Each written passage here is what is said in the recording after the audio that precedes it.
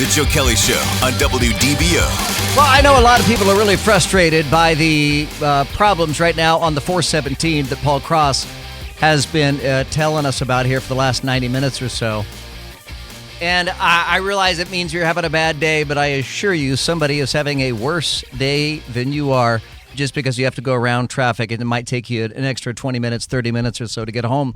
Paul Cross, and we've seen several pictures that have been sent to us, but there's a man sitting on one of the street signs on the overpass over the 417.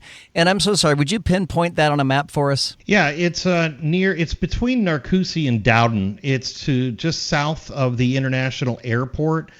So you have a lot of traffic coming up from the Buenaventura Lakes area, also Hunters Creek, that are traveling on the 417, and then south of 528. So that's where you're going to get all that main feeder traffic into that area. Narcoossee, north and south, though, is still open. It's getting a lot of traffic on that because of this closure on the 417. But still, like you said, Joe, we got to think about the big picture here and what's going on there. I mean, someone's life is on the line right now, and for thousands of drivers, you've got a little bit of an inconvenience on the drive home. And I would rather the police take their time and do the best that they can to get this guy safely off of that sign, off of that dangerous spot that he has perched himself, and take as much time as they need to get this guy safely down. And you know, you never know what's going on in someone's life. We all have a story. Everybody has a story. Everybody has challenges. Everybody has problems. And, you know, we don't know what this guy's going through. You know, right now, Joe, looking at 5 police officers on the bridge, just a little bit more than arm's reach from that sign. And you have 3 crews, including a negotiator there, on a crane that has been lifted up to the sign. Yeah. And then you have this person who's just kind of hanging on the sign. He's been climbing over both sides of it. He's been waving his arms. Seems to be in a very, bad place. So we're just hoping that this ends up on a good note this afternoon. And, there was, I will tell you that when I first got into this business, and I've been in this business, radio broadcasting, for a few years now, and it was highly discouraged for us to ever report anybody who had either committed suicide or was contemplating suicide, or we would simply pass it off as police activity. In fact, I got a text from the city. I subscribed to the city's text messages somehow, and I got a text from OC Alert, so I guess it's not the city. But it just said, State Route 417, all lanes closed due to police activity. And I would rather us normalize mental challenges and mental illness than look the other way and pretend like it's not happening. I mean, we saw the shooting incident up in Maine, and this guy clearly telegraphed on multiple occasions that he was having mental distress, mental disorders, and there was something going on in that guy's life. And unfortunately, nobody intervened. As many red flags as there were in that guy's life, there were not adequate efforts to engage the guy before he went on a shooting rampage. And whether someone's mental struggles triggers them to go on a mental rampage, or if it causes them to want to commit suicide, whichever the case may be, it's a very real problem. And particularly since the pandemic, I mean, we have had a bit of an epidemic in the United States of mental health problems and challenges. And I would rather us address them and face them head on than just write it off as police activity. Depression and anxiety are real things. They affect you, and it's not. Don't be shamed by having, depression or anxiety.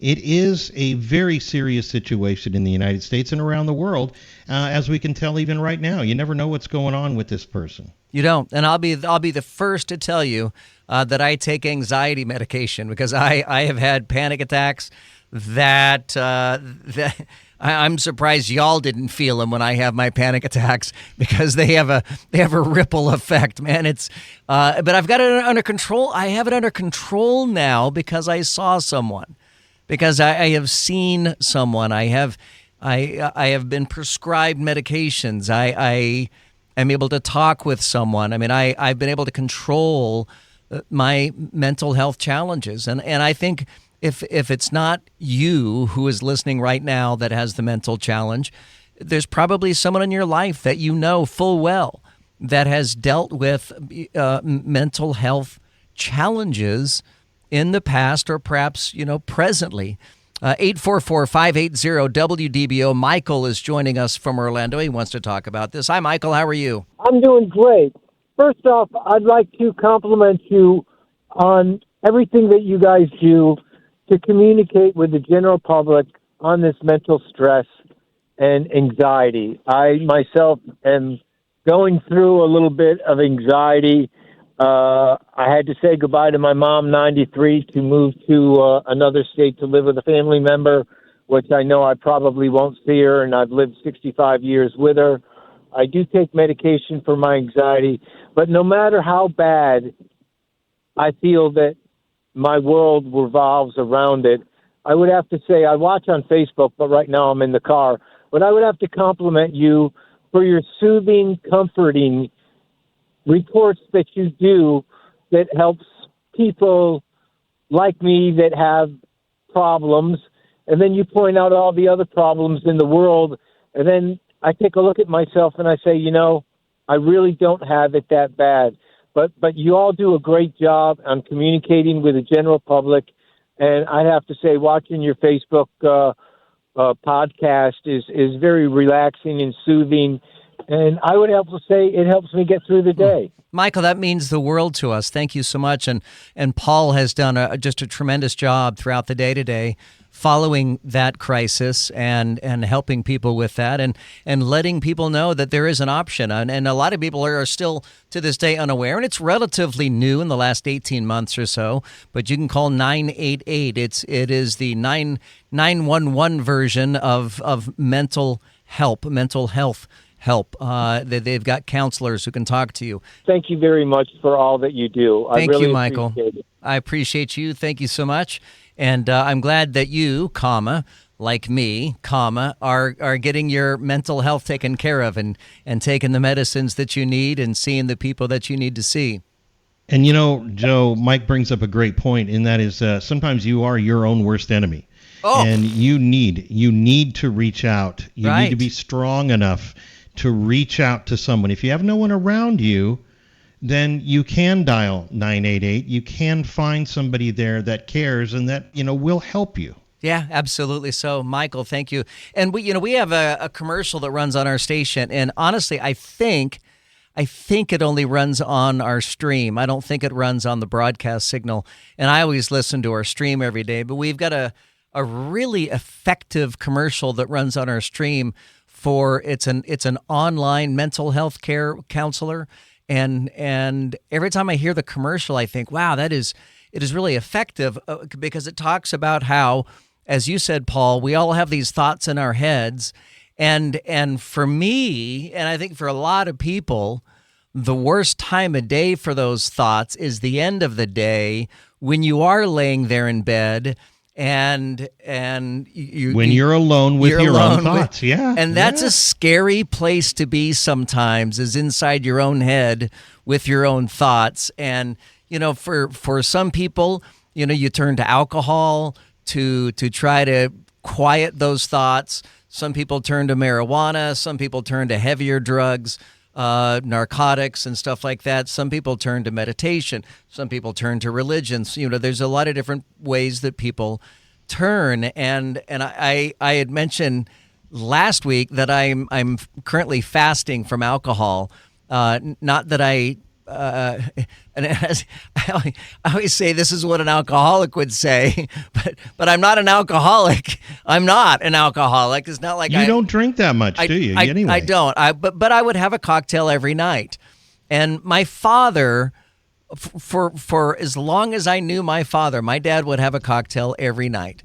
And I never saw my father drunk, but it was just part of his daily routine was to have a cocktail at night. And he would have a Bacardi rum every night. And my mother would have a brandy every night. And so I kind of fell into that same pattern that my mom and dad did. And that was I would have a glass of whiskey every night. And I thought, man, I need to make sure that I am not leaning on that as a means of quieting the voices in my head. And so I have been on a 21-day fast for that, and I'm honestly not keeping track. I'm 8 or 9 days into it, and it's not That's been fantastic. That's really fantastic. And it's not been problematic. It's good that you don't pour a drink for every one of the voices in your head. Right. That would be problematic. Oh, that would be terrible. Absolutely so. All right, we will continue here on the Joe Kelley Show. Coming up next, all the stories that you missed while you were at work today, and we'll keep you updated on the situation on the 417. Stay with us here. You're listening to the Joe Kelley Show on WDBO.